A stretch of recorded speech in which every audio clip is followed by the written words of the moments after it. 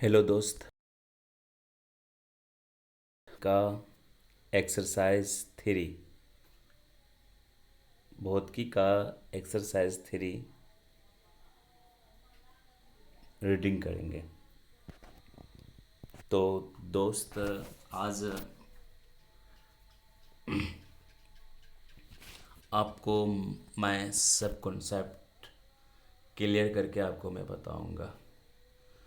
तो ये फिजिक्स का तीसरा एक्सरसाइज है जो मानव नेत्र और वायुमंडलीय अपवर्तन या वन विक्षेपण का भारतीय भवन से हम अति अति लघु उत्तरीय प्रश्न बनाएंगे। शो आपसे अनुरोध है क्या जो आप कांपे पे नोट करके और याद कर लें। तो शो गाइज अब हम शुरू करते हैं ये एक्सरसाइज, ठीक ना। तो शुरू करते हैं।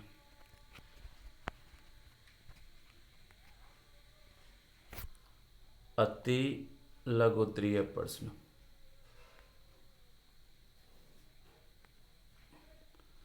नेत्र के उस गुण को जो विभिन्न दूरियों पर स्थित वस्तुओं को फोकस करने में सहायता करता है उसे क्या कहते हैं। तो भाई उसे समंजन क्षमता कहते हैं, ठीक ना। समंजन क्षमता कहते हैं।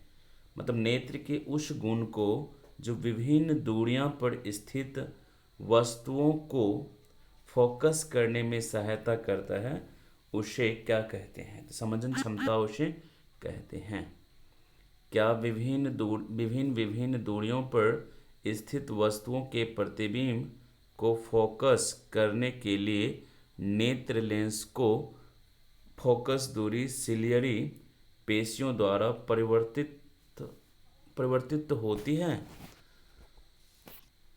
हाँ, सिलियरी पेशियों के द्वारा विभिन्न दूरियों पर रखी वस्तुओं का परिवर्तन होता है। उसके बाद क्वेश्चन नंबर 3 अब हम पढ़ेंगे। किसी व्यक्ति के चश्मे में लगे लेंस की क्षमता +1.5D है और लेंस उतला है या अवतल, ये हमको बताना है। तो यदि किसी व्यक्ति के चश्मे में लगे हुए लेंस की क्षमता अगर +1.5D है तो यह लेंस उत्तला लेंस होगा या उत्तल लेंस होगा। मानव नेत्र के 3 मुख्य दृष्टि के नाम लिखें। मानव नेत्र में 3 दृष्टि दोष होते हैं जिसमें पहला है निकट दृष्टि दोष। पहला क्या है भाई? निकट दृष्टि दोष। दूसरा है दूर दृष्टि दोष और तीसरा है जरा दृष्टि दोष, जरा दूर दृष्टता। ठीक, ये तीन मतलब मानव नेत्र के मुख्य दृष्टि दोष हैं। जो मनुष्य में 3 दृष्टि दोष होते हैं। पहला तो निकट दृष्टि दोष होते हैं, दूसरा दूर दृष्टि दोष होते हैं और तीसरा जो होते हैं वो जरा दूर दृष्टता होते हैं। ओके गाइस, उसके बाद हमको बोल रहा है इसमें जो स्पष्ट दूरी की न्यूनतम दूरी क्या है। स्पष्ट दूरी की न्यूनतम दूरी क्या है? तो जिस न्यूनतम दूरी तक आंख वस्तु को साफ साफ देख सकता है, जिस न्यूनतम दूरी तक आंख वस्तु को साफ साफ देख सकता है उसे स्पष्ट दूरी की न्यूनतम दूरी कहते हैं। स्पष्ट दूरी की न्यूनतम दूरी कहते हैं।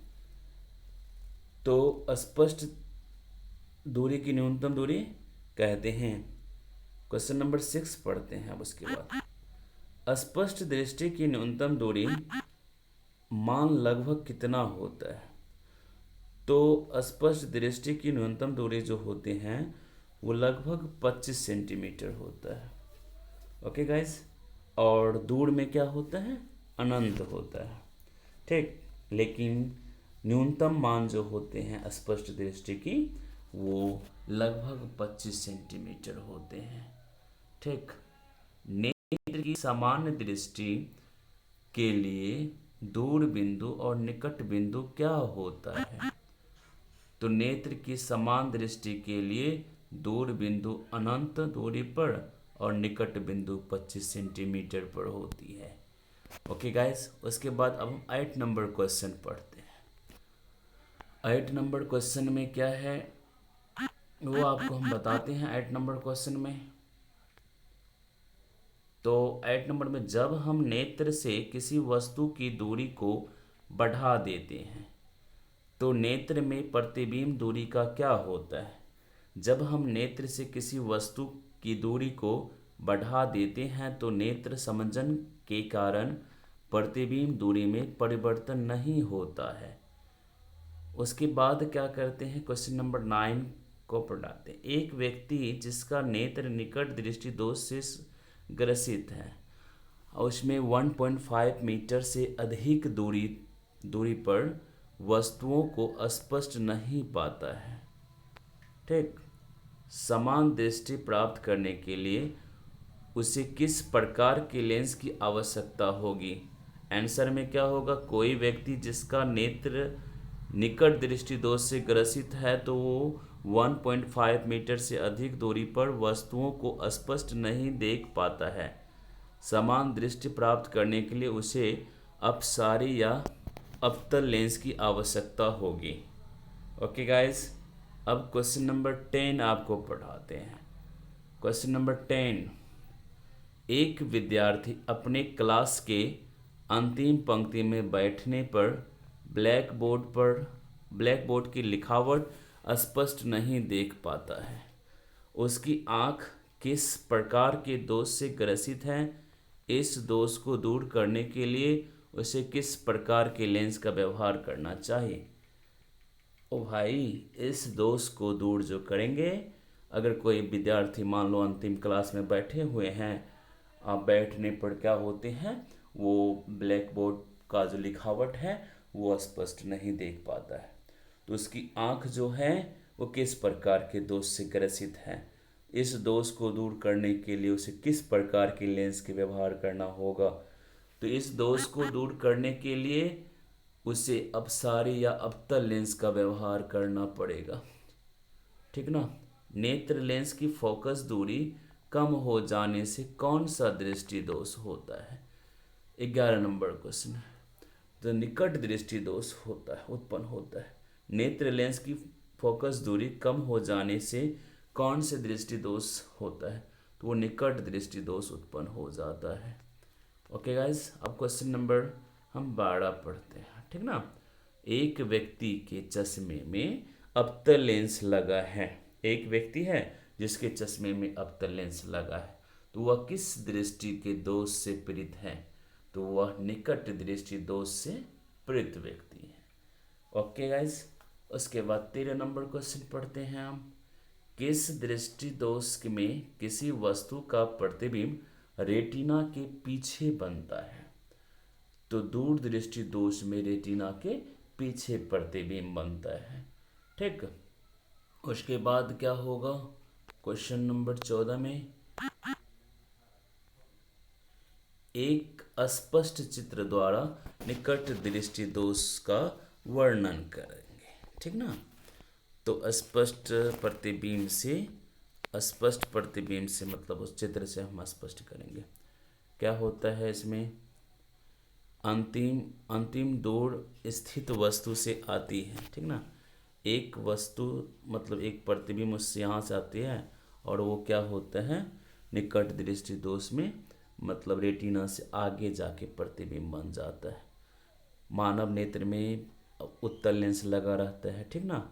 और वो क्या होता है, आँख का अपना दूर बिंदु है और आँख का अपना दूर बिंदु अनंत की अपेक्षा निकट है, ठीक ना। तो उसका प्रतिबिंब बन सकता है। फिर क्या होगा, जब अवतल लेंस लगा देगा उसमें तो वो सुधार हो जाएगा, और सुधार अपसारी लेंस किरणों को अभिसारी बनाता है और ऐप से आ रही हो। तो ये निकट दृष्टि दोष का उपचार हुआ। तो आपको ये फिगर बना लेना है और अच्छा से पढ़ के समझ लेना है, ठीक ना। उसके बाद चलते हैं आगे वाले क्वेश्चन में। 15 नंबर के क्वेश्चन में क्या होता है, दीर्घ दृष्टि दोष। दीर्घ दृष्टि दोष, दीर्घ दृष्टि दोष में किस प्रकार के लेंस द्वारा दूर किया जाता है? तो दीर्घ दृष्टि दोष में उत्तल लेंस द्वारा दूर किया जाता है। दीर्घ दृष्टि दोष में उत्तल लेंस द्वारा दूर किया जाता है। ओके। उसके बाद तारों के टिमटिमाने की व्याख्या किस सिद्धांत पर आधारित है? तो तारों के टिमटिमाने की व्याख्या वायुमंडलीय अपवर्तनांक के सिद्धांत पर आधारित है। श्वेत प्रकाश के विभिन्न वर्णों में विभक्त होने की घटना को क्या कहते हैं? तो वो श्वेत प्रकाश के विभिन्न वर्णों में विभक्त होने की घटना को वर्ण विक्षेपण कहा जाता है। ओके, क्या कहा जाता है? वर्ण विक्षेपण कहा जाता है। उसके बाद क्वेश्चन नंबर हम 18 पढ़ते हैं, ठीक ना। क्वेश्चन नंबर 18 पढ़ेंगे हम। जब श्वेत प्रकाश एक प्रिज्म से होकर गुजरता है तो किस वर्ण में से होता है रंग का प्रकाश सबसे अधिक विचलित होता है? तो किस वर्ण का सबसे कम विचलित होता है?